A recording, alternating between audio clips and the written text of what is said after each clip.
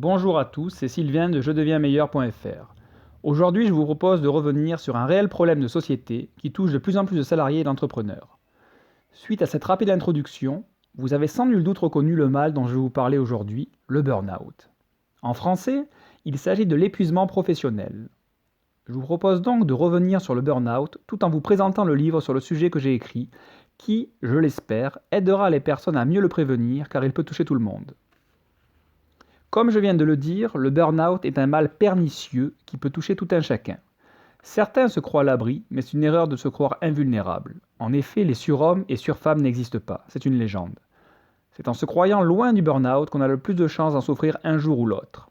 Ce mal, qui devrait être reconnu comme une maladie professionnelle, peut en fait être prévenu de manière très efficace en adoptant un certain nombre de bonnes pratiques que je détaille dans mon livre. Néanmoins, pour certains, le burn-out est déjà installé, mais ils n'en ont même pas conscience. De fait, il me paraît important de voir quels sont les signes évidents à reconnaître. Reconnaître les signes du burn-out est essentiel. En effet, c'est la seule façon d'identifier un burn-out.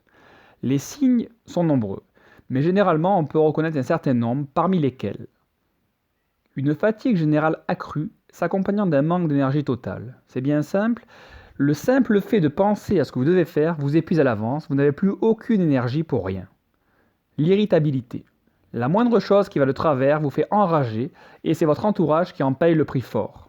Vos changements d'humeur deviennent injustifiés et sont constants. Votre humeur peut passer de la joie à la tristesse en quelques minutes, voire heures, et vos journées sont une succession de hauts et de bas, sans raison apparente pour votre entourage. La dépression. Plus le temps passe et plus vous vous sentez plongé dans un état dépressif duquel vous n'arrivez pas à vous extraire. Vous êtes au fond du trou et rien ne peut vous en faire sortir. Un désengagement total. Plus rien ne vous intéresse professionnellement. Vous aviez l'habitude d'être moteur. Et depuis un certain temps, plus rien ne vous intéresse. Vous vous sentez totalement désengagé. Pire encore, cela se répercute sur votre vie personnelle. Vous avez un mécontentement général. Plus rien ne peut trouver grâce à vos yeux. Votre vie ne vous satisfait plus du tout. Les insomnies. Vous n'arrivez même pas à trouver le sommeil. Vous qui dormiez si bien dans le passé, vous passez votre temps à ruminer vos problèmes la nuit. La nuit est devenue une épreuve que vous craignez alors qu'elle devrait vous permettre de recharger les batteries. Bien entendu, il y en a d'autres, mais ces signes détaillés dans mon livre, plus en profondeur, sont déjà des grands signaux d'alerte à guetter chez vous ou vos amis. Que vous souffriez d'un burn-out ou non, la suite va être identique. Vous devez adopter de bonnes pratiques pour lutter efficacement contre le burn-out. Pour cela, je prône l'approche prévenir pour mieux guérir. En effet, il est toujours plus simple de résoudre un problème en amont avant même qu'il n'apparaisse. Avec le burn-out, c'est exactement la même chose. Dans mon livre Burn-out, prévenir pour mieux guérir, je détaille en profondeur 17 bonnes pratiques à intégrer à votre quotidien pour prévenir le burn-out.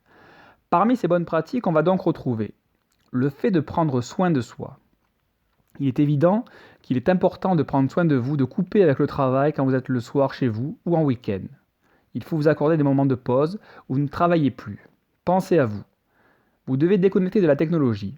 À ce titre, vous devez absolument arriver à vous libérer de votre addiction à votre smartphone. Je sais bien que ce petit bijou de technologie vous n'arrivez pas à vous en passer, pourtant c'est nécessaire de le couper et de savoir vous accorder des plages sans smartphone. Par exemple, dès que vous arrivez le soir chez vous, vers 18h, vous coupez le smartphone jusqu'au lendemain matin après le réveil.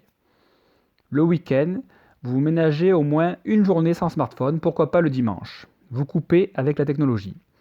Vous devez savoir prendre de réelles vacances en coupant les ponts avec le travail. Hors de question de répondre à des appels professionnels sur vos vacances. Vous devez vous reposer complètement.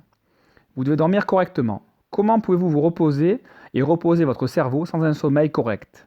Sachez que la vie est un marathon et non un sprint. Ainsi, vous devez vous reposer convenablement pour tenir la distance sur le long terme et atteindre vos objectifs. Il est impossible de réussir de grandes choses dans la vie en étant toujours fatigué. Profitez des bienfaits de la nature dès que vous en avez l'occasion.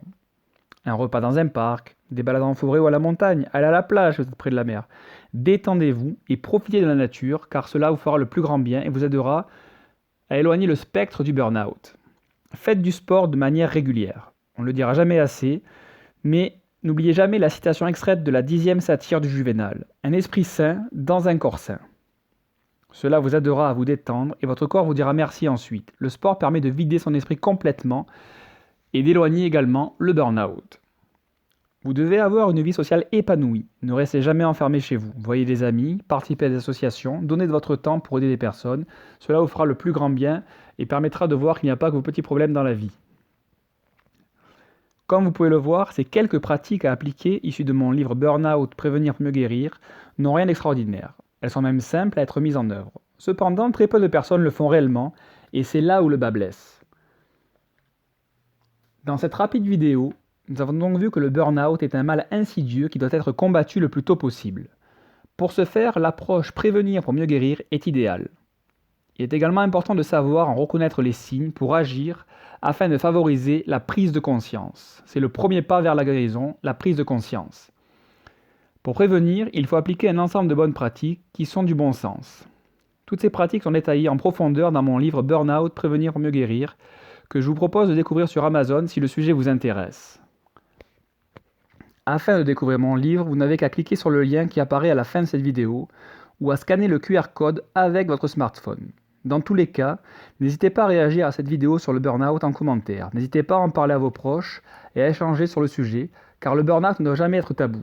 Il faut en parler pour pouvoir en sortir le plus rapidement possible. Enfin, n'hésitez pas à venir me rejoindre sur jedeviensmeilleur.fr pour essayer de devenir une meilleure version de vous-même. À bientôt.